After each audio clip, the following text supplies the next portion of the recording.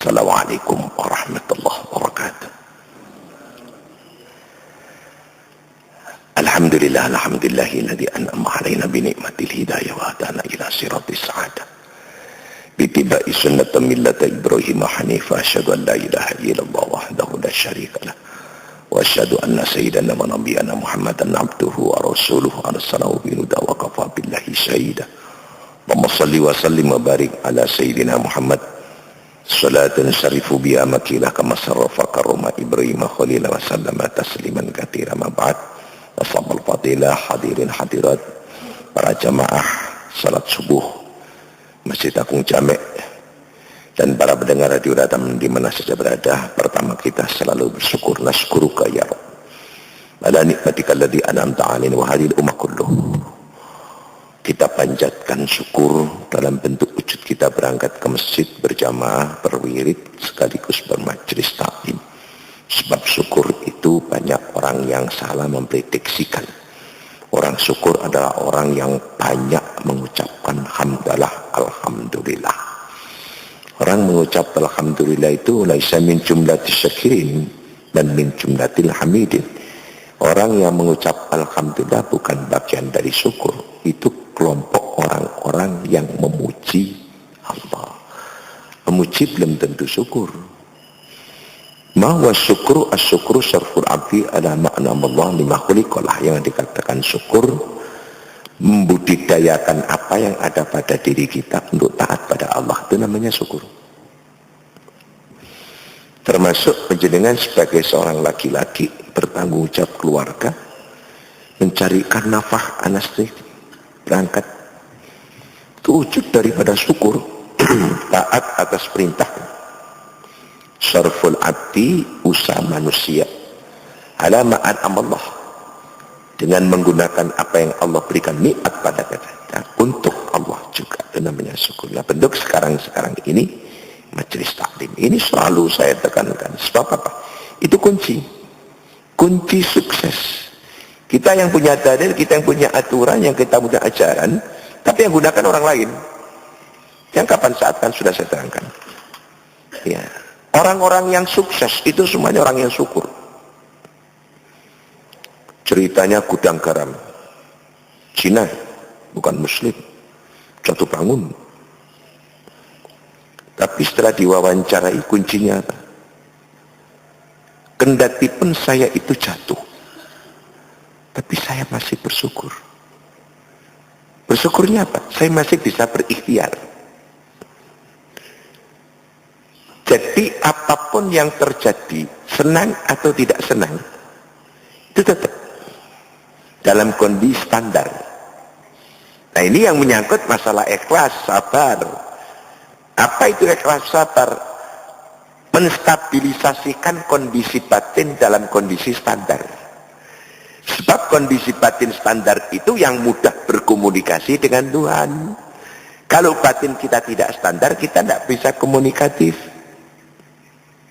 Roh kita ini tadi di ayat yang dibaca oleh imam kita ini, ya, Allah menciptakan manusia, dibentuk, dikasih roh, kasih mata, kasih pendengaran, kan tadi begitu ya ayatnya, dan dikasih roh. Roh ini selama masih standar terus, termasuk di dalamnya orang sabar, orang ikhlas, orang tawakal. Kemarin bakasan kita kan ikhlas. Orang ikhlas itu nggak akan bisa digoyang oleh iblis. Wa bi'izzatik la'uwiyannahum ajma'in ila ibadaka minhumul mukhlasin. Gak bisa. Iblis gak bisa nembus orang ikhlas. Mukhlis. Ya, itu bagian daripada syukur. Nah, ini banyak digunakan oleh orang-orang non-muslim. Syukur. Sastrawan, negarawan, politikus, konglomerat. Ini suksesnya satu di antaranya karena syukur. Maka kapan hari kan sudah saya terangkan, ada buku yang top di dunia ini, judulnya The Secret, The Music, The Power. Buku-buku ini diterjemahkan dalam 16 bahasa. Ya, English, Arabic, German, French. Jadi 16 bahasa. Cuman yang banyak beredar yang kita beli di sini Bilogatil Inggris, jadi dengan berbahasa Inggris. Ya, cuma yang terjemahan Indonesia entah saya belum menemukan. Itu kuncinya syukur. Semuanya itu syukur, syukur.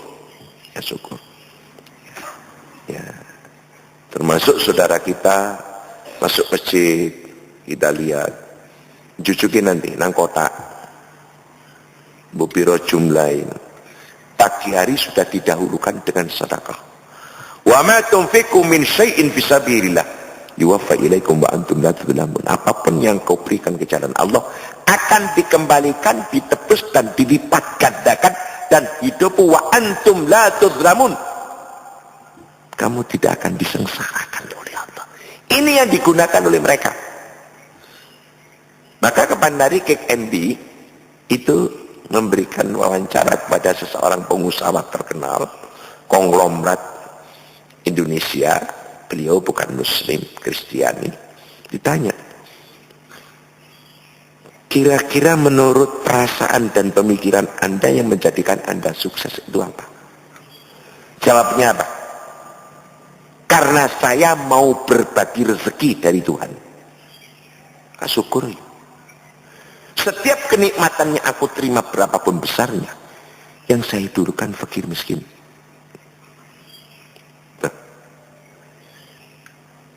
Ya nek pangeran loman nek dibalik no karo loman ya dilomani mbek Gusti Allah gitu loh Pak. Iya. Dah, itu kita tinggal. Tapi kita punya janji. Napa janji nih? Ya, Isa wau dalu dilingaken. Yai pun kesupen lho. Apa?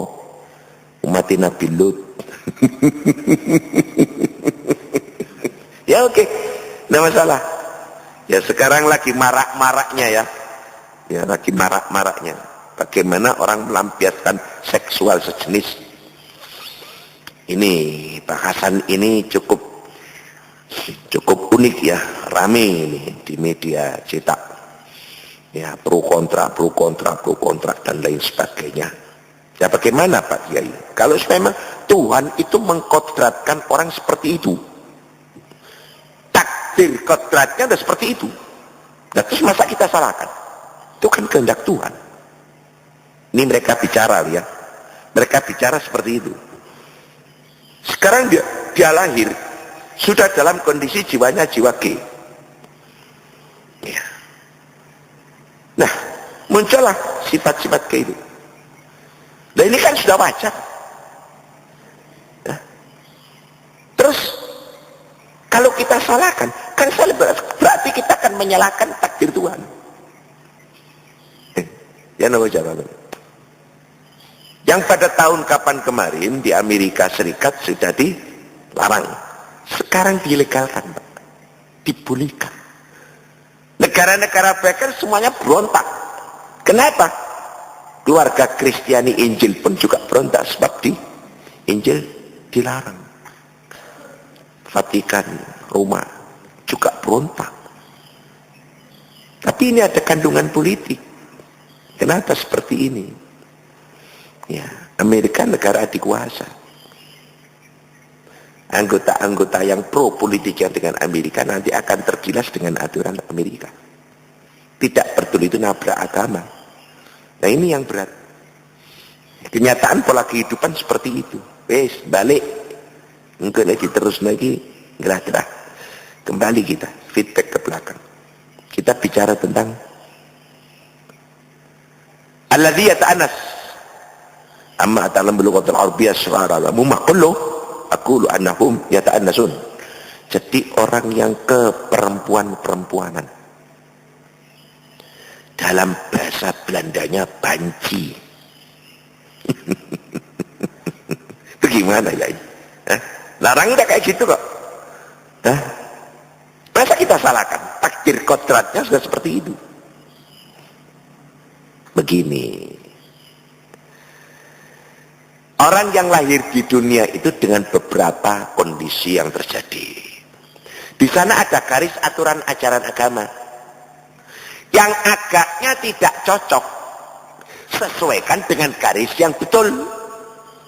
Jangan yang tidak cocok ini dihidupkan dengan kondisi yang tidak cocok. tabrakan terus dengan kodrat Tuhan sendiri. Sebab Tuhan punya aturan, Allah punya ajaran. Kalau Allah mengatakan ajaran haram, segera rubah. Jangan kamu teruskan sifat itu. Buktinya, bisa enggak itu? Itu kan sudah kodrat. Oh bisa. Buktinya mana? Sekarang ini lagi marak-maraknya bangsa Indonesia melarang untuk laki-laki bergaya wanita, ya kan? Lagi marak-maraknya ini, lagi diawasi. Mereka yang biasanya kayak begitu, sekarang berubah, jejak, gak kebencong-bencongan. Ayo, mana yang berani sekarang itu aja? Cedok karo Pak Polisi. Dengan aturan itu, dia bisa merubah. Ini aturan manusia. Lah kenapa aturan Tuhan justru tidak bisa? Kan aneh. Wes gak usah kan. Selebritis yang model gayanya seperti itu, setelah sekarang dibikin aturan, sekarang mana? Mana sih ngono? Padahal orangnya itu. Kemarin sebelum terjadi bakasan ini, Masya Allah, wes gayanya malah ngeluwei wedok asli. Nemen. Sekarang tayang pakai jas, potongannya rambut tenis normal, jalannya normal, ngomongnya normal, sebab lo kok bisa?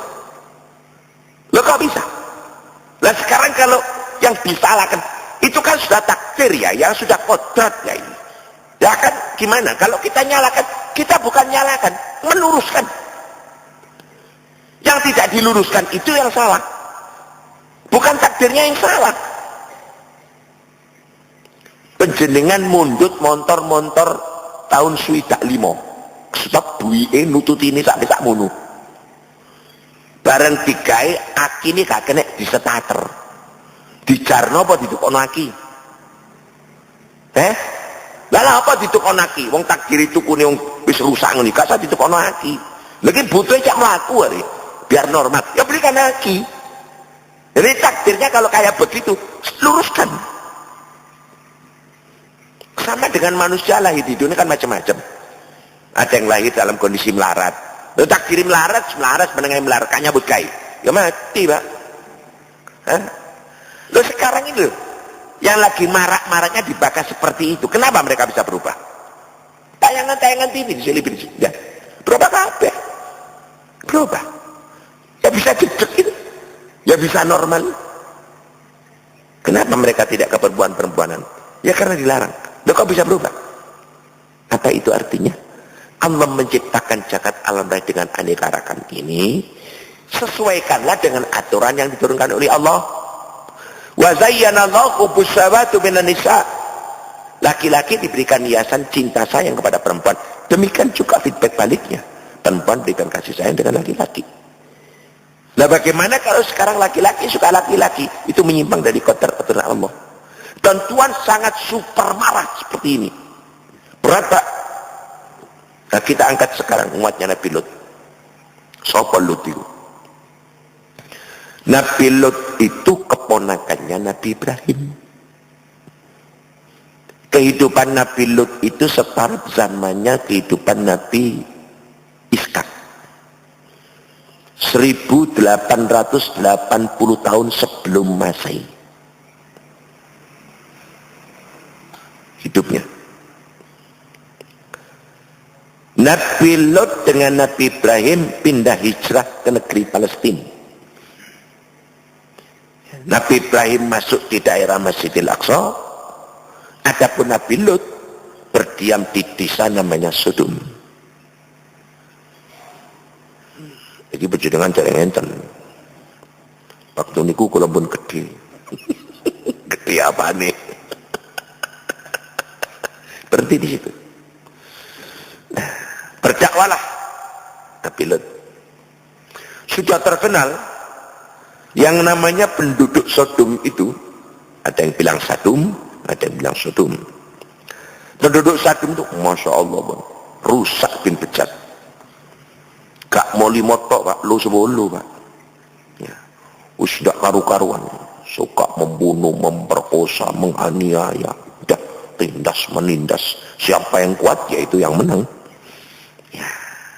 Di bidang seksualitas mereka itu suka lanang karo lanang. Melampiaskan nafsunya itu laki dengan laki. Kenang perempuan belas gak nafsu. Nafsu ini yang podo lanang nih. Nah terus bagaimana nasib dengan perempuan ini? Tidak ada yang menyentuh sama sekali. Akhirnya muncullah pelampiasan itu sesama perempuan. Jadinya begini. Sing lanang seneng lanang, sing wedok seneng wedok. Itu kehidupan umat Nabi Lut. Nabi Lut berjuang dengan susah payah. Ngandani. Luar biasa. Tapi mereka juga tidak mau. Tidak mau taat. Satu saat ada pemuda dari luar daerah berangkat mengembara ingin masuk ke daerah Sodom. Di perbatasan perdesaan bertemulah dengan seorang wanita. Wanita ini bertanya, "Mas, badhe tindak pundi? Where will you go? Kemana Anda?"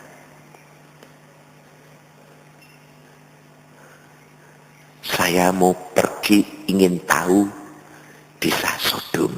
Waduh, pun Mas, pun sampai nang Sodom Mas. Duh, rusak yang penjenengan makin tidak Sodom Mas, ajur. Wong penjenengan iki wong ganteng-ganteng ini, waduh, sasarane wong sing rusak-rusak iku Mas. Mboten urip penjenengan dincel mati. Pun wangsul mawon wangsul. Pun wangsul mawon wangsul. Lah napa sakniki lungguh rungokno ngeten iki pun wangsul mawon wangsul. Wangsul. Nah dua orang ini tetap ngotot. Mboten kula kepingin sumrap, yo napa rusak wong Sodom lho. Pun jajal-jajal sampean. Kok sampean wong elek-elek ngoten, kula jaraken. Sampeyan iki ganteng-gantenge ngeten lho. Bahaya niki nek mriku. Ngoten, nggih. Pun. Kula niki wong Sodom. Pun keluarga kula banyak korban. Panjenengan langsung. Wong loro musyawarah. Sik tetep ngotot kepingin nang Sodom. Ben, nek sampean tetep ngotot kepingin nang kene desa Sodom. Kin sik. Kula tak kondo bapak kula. Yok nopo carane ngatur supaya panjenengan mboten kecekel wong-wong sing rusak-rusak niku. Tapi sediluk mawon teng kampung niku, nek sampean suwe-suwe konangan mati sampean. Perintang sampean ndang wangsul. Akhirnya perempuan ini pulang balik. Lapor bapak nih. "Pak, niki wau kula ngembaraken kangon wedhus teng dusun mriku. Kula ketemu pemuda ganteng-ganteng. Nek mboten salah jase niku abu-abu rada mentang ngoten to, Pak. Kacamatane soklat." Kelambine ireng. Akhirnya cerita, akhirnya bapaknya membuat siasat. Wis kon mulai mari nduk, jaga resiko. Mboten purun, tetep ngotot. Saken kula nunggu sampai mati. Ngono ya. Wis tak paranani ae. Diparani. Begitu didekati tetep ngotot kepingin nang Sodom. Ya wis ngene ae, entenono ngono komando ambek aku. Akhirnya malam-malam lah dua pemuda ini diajak ke rumah dia. Gak ada orang, wis dengan pakaian dibrukuti lah dengan gaya bagaimana caranya, nyampe lah di rumahnya orang tua ini. Sampai di situ. Apa yang terjadi? Begitu pemuda dua ini datang ke tempat Nabi Lut, ke tempat orang tua ini Nabi Lut. Orang tua ini Nabi Lut. Datang ke tempat Nabi Lut. Rupanya istrinya Nabi Lut ini orang khianat. Meneng-meneng ngomong-ngomong nang pemuda kampung, nek iki kok ana dayung kuanteng-kuanteng luru. Menan. Begitu tamu datang cedet belum seberapa lama, masyarakat datang rame-rame. Wah, ayo Lut, endi tamu mulut? Cari ini ganteng-ganteng Lut. Nabi Lut kaget, loh kok rugi. Akhirnya di stop sama Nabi Lut. Oh nojok nggodho tamuku iki. Kon nek pancene nafsu, rabine anakku. Pak, aku gak arep arek wedok. Aku senengi kuwi. Nafsunya terus bergejolak, wis gak kena dimpet. Rumahnya Nabi Lut ditobrak, direbutlah dua pemuda ini. Akhirnya pemuda ini, satu di antara dua ini mendekat Nabi Lut. Lut, panjenengan mboten usah khawatir. Kula niki sak kanca senes menungso. Lah sinten? Sik tak takokne dhisik, tak takokne sapa iki. Kula niku malaikat ingkang dipun utus kalian Allah. Awit panjenengan sampun angkat tangan Gusti, umat sing pun rusak total kaya ngeten iki damen apa Gusti diuring. Sikat mawon pun. Kandhane nggih tetep ngokong mawon. Tak ngono sik Lut kan. Nah, saiki aku diperintah karo Gusti Allah. Saperlu mudhun rene iki siji ngandani awakmu kon pindhao sak bojomu sak umatmu. Bojomu cok koncak. Pindah teng pundi kenek nang Malang Kauman kono kenek engko subuh-subuh ngrungokno ceramah Mujahid kenek. Berangkat. Begitu Nabi Lut berangkat dengan putra dan anak, istrinya nak ngikut. Ya gak gelem. Oh, lah apa pindah? Oh, mau saya anak dikilok pindah. Sing lanang malah diseneni. Tinggal sama. Begitu subuh, wa amtarnahum mataran, akhirnya datanglah hujan. Hujan yang panasnya kayak geni, watu Pak. Tepok. Sehingga mereka ludes sak omahe sak wong rata. Cik. Pak Mujahid ngoten niku enten dalile to. Yo no wong ngomong kan dalile. Lah dalile napa?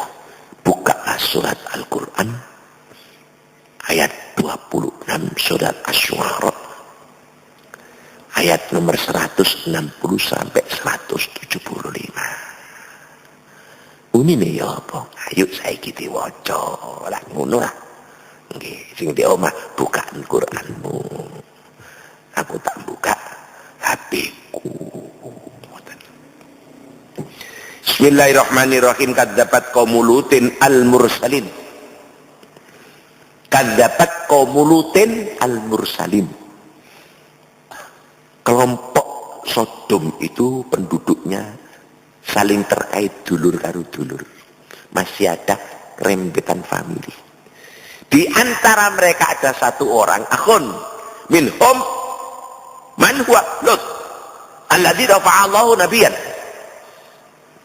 Yang Allah itu mengangkat satu di antara mereka namanya Lut sebagai nabi. Kadzabat qaumul Lutin, maka berdosalah, berkhianatlah kaum di antara mereka sebut Lut al-mursalin, yaitu utusannya Allah. Kaum Lut telah mendustakan para rasul. Kaumnya Lut. Idh qala lahum aquhum Lutun ala tatakun. Lut itu sudah menghimbau kepada umatnya. Kene opo kon gak gelem takwa nang Allah? Wis tak kandhani ini kok gelem gak nurut, kok gak nurut. Wis tak kandhani kok gak nurut. Ini lakum rasulun mubin. Aku iki utusane Gusti Allah. Jangan kau mendustakan aku. Dikandani balak-balik kayak begini tetap tidak mau. Fattaqullaha wati'un. Maka aku serukan dan aku mohon anda itu supaya takwa, nurut nang aturane Gusti Allah. Wa ma arsalukum alaihi min ajrin in ajra illa ala rabbil alamin.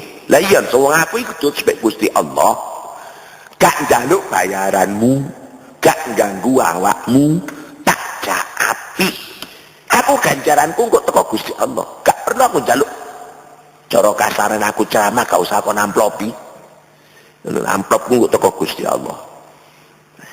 Itu Nabi Lut sudah memberikan keterangan seperti itu. Wa ma as'alukum alaihi min ajrin in ajriya illa ala rabbil alamin. Atatuna dzukran minal alamin. Mengapa kamu itu kok selalu sukanya dengan pemuda-pemuda? Ya. Kok enggak mau taat pada perintah Allah? Sampai nafsu kok kawin sing bener. Kasarane ngoten. Wa tadharuna ma khalaqalakum rabbukum min azwajikum bal antum qaumun adun. Wong Gusti Allah wis menciptakan wanita untuk pasangan istri. Tapi kenapa kamu kok tidak taat atas perintahnya? Di ayat ini. Qalu la ilam tantahi ya Lut latakunanna minal mukhrajin. Kan nek saya tetap ngomong ini Lut, usir untuk daerah ini. Cuk macam-macam. Qalu mereka berkomentar, la ilam tantai nek kon gak mandek sik tetap ngomong terus ya Lut la takunanna minal mukhrajin. Kon go tak tokno tak usir teko kene iki. Qala inni la'aminallahu minal qalimin. Ya minal qalimin. Aku sungguh benci kepada perbuatanmu.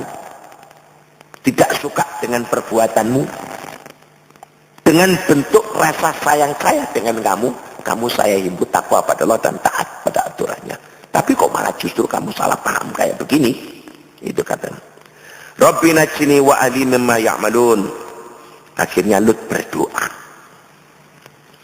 Ya Rabb, ya Tuhan, selamatkanlah aku dan keluargaku dari akibat perbuatan yang mereka kerjakan.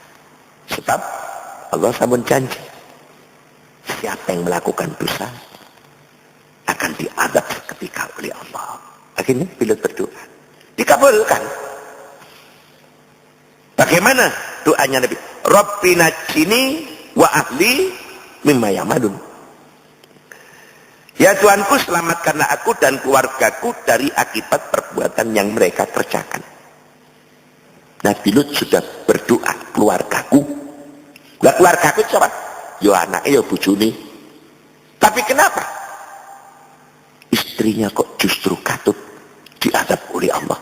Karena dia berbuat sesuai dengan umatnya.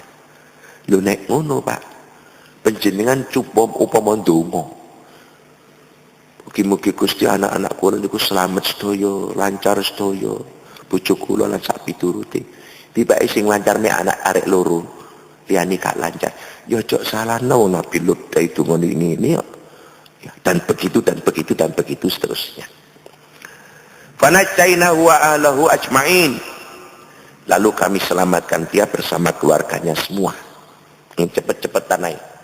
Mergo wis illa ajuzan fil ghabirin. Nah niki illa ajuzan fil ghabirin, kecuali seorang perempuan tua alias dia adalah istrinya Lut sendiri yang termasuk dalam golongan yang ditinggal dan diazab oleh Allah Subhanahu wa ta'ala. Jadi kadang-kadang rumah tangga suami istri bendeng ceweng perkara hukum. Satu contoh cilik, anak ini ndelok bal-balan sampai jam 2:30 bengi. Kai turu subuh. Bapak ini ngomong, "Bu, Mahmud itu bukan subuh." Walah Pak, arek sik tas turu saaken. Arek sik cilik durung kewajiban sembahyang wis janno. Untuk kon buka kok malah janno. Nah, akhirnya ibu geger. Enten apa mboten ngenten iki? Mulane hati-hati. Wajar. Wong ki nabi kaya ngono. Ya. Tsumma dammarnal akhirin. Kemudian kami binasakan yang lain. Wa amtarna alaihim mataron. Wa sa'a matarun mundarin. Wa amtarna alaihim mataron. Tsumma dammarnahul akhirin.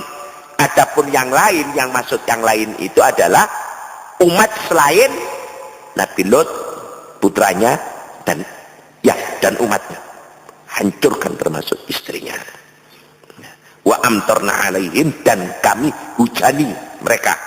Matoron, hujan yang luar biasa. Dalam kisah tafsir, baik di Baitawi, Qurtubi, Marohi, Jalalain, Jamal Ibnu Katsir, menerangkan matoron ini sedaya yang menunjukkan Tuhan itu betul-betul tuas setengah mati. Nah, isinya dalam syarah tafsir itu air panas neraka dengan batu.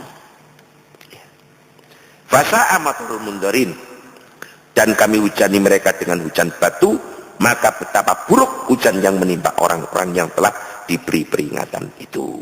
Inna fi dzalika la ayatan wa kana aktsaruhum mukminin. Yang seperti itu adalah merupakan tanda-tanda kebesaran Allah, tetapi kebanyakan mereka tidak beriman. Wa inna rabbaka lahuwal azizur rahim, dan sungguhnya Tuhanmu dialah orang yang maha perkasa dan maha penyayang. Nah, ini ayat berikutnya ini beda lagi, menceritakan umatnya Nabi Soleh. Bangsanya disebut bangsa Samud. Ono apa? Ya ngono, ya mokong-mokong ngono. Nah, terus ceritanya ya apa? Ya cokon terus no saiki. Delok dhisik umat Nabi Lot iki sing mati-mati. Kok mati Nabi Soleh urusan buri maneh. Jadi ceritanya kayak begitu. Kesimpulan, Tuhan marah terhadap orang yang melampiaskan seksual yang tidak pada tempatnya. Kayak begini. Beda dengan orang zina. Ya. Sajritu kula wakilin mi'ata jaldah. Selesai. Nasing-nasing. Ini semua Pak, menunjukkan kemarahan yang maksimal. Mulai pelencengan seksual itu sangat membuat murka Tuhan. Karena zina masih kelamin yang wajar dengan kelamin yang wajar. Kalau sudah seksual yang menyimpang seperti ini, sudah di luar kodrat itu Pak, sudah tidak wajar. Itulah jadinya marahnya Tuhan. Makanya seperti orang-orang yang suka melampiaskan dengan cara-cara lain, katakanlah dengan apa yang istilahnya, ya begitulah dibicarakan tidak pantas, itu Tuhan sangat super marah. Fastanibihu, jauhilah. Ini kisah sekilas daripada Nabi Lut alaihissalam. Zamannya cuma sebentar Nabi Lut itu, tidak lama. Jadi setelahnya Nabi Ibrahim, satu periode. Nabi Ibrahim itu punya istri yang tua namanya Sarah. Sarah punya anak namanya Ishak, Nabi Ishak. Nabi Ishak punya anak namanya Nabi Yakub. Yakub namanya Nabi Yusuf. Ya, lah istri yang Siti Hajar, Ismail dan seterusnya nitis kepada Nabi besar Muhammad sallallahu alaihi wasallam. Nah, habaib yang di sini ini rata-rata titisannya larinya ke Sayyidina Ali. Siapa dia? Mantu Nabi. Ngerti Pak? Oh, ngapali Saiful Jamil tuh ay. Nabi apal belas ini. Kita lanjutkan nanti Jumat yang akan datang dengan tema yang lain. Kalau nanti tidak ada pertanyaan di dalam telepon, sing mengiksanu banyak Pak. Pak Mujahid kok bicara begini, apa sebabnya ini? Wah, nanggapi begitu. Ya kita angkatlah. Ya, jadi interaktif hidup ini. Pembicaraan itu jadi hidup. Bahasan kita bahasan amalul yaumiyah, apa yang terjadi pada dunia sekarang ini. Mudah-mudahan manfaat. Bismillahirrahmanirrahim. Allahumma salli wa sallim wa barik alhamdulillah rabbana taqabbal minna innaka antas samiul alim wa tub alaina ya Allah innaka antat tawwabur rahim rabbana ighfir lana dzunubana wa kaffir 'anna sayyi'atina wa tawaffana ya rahman ya rahim ya aziz ya qayyum ya matin ya mujib syahid ala kulli syai'in qadir rabbana atina fid dunya hasanah wa fil akhirati hasanah wa qina adzabannar nas'aluka al-ijabah ya rabb hajatana wa hajtam al-hajata ilaika min jama'ana li kullu wa salli ala sajjati wa manati kullu wa uladi kullu عيسى نجيب صلاة يا الله رتنا عندي ناديات القلوب استجب وتقبل ويسر وسلمنا وارفع درجتنا بحسن الخاتمة من أهل جنتك النعيم جنة الأنبياء والشهداء والعلماء صالحين برحمتك ربنا آتنا في الدنيا حسنة وفي الآخرة حسنة وقنا عذاب النار وصلى الله على محمد النبي الأمي وعلى آله وصحبه بارك وسلم الفاتحة بالله التوفيق والهداية ورضا والعناية والسلام عليكم ورحمة الله وبركاته.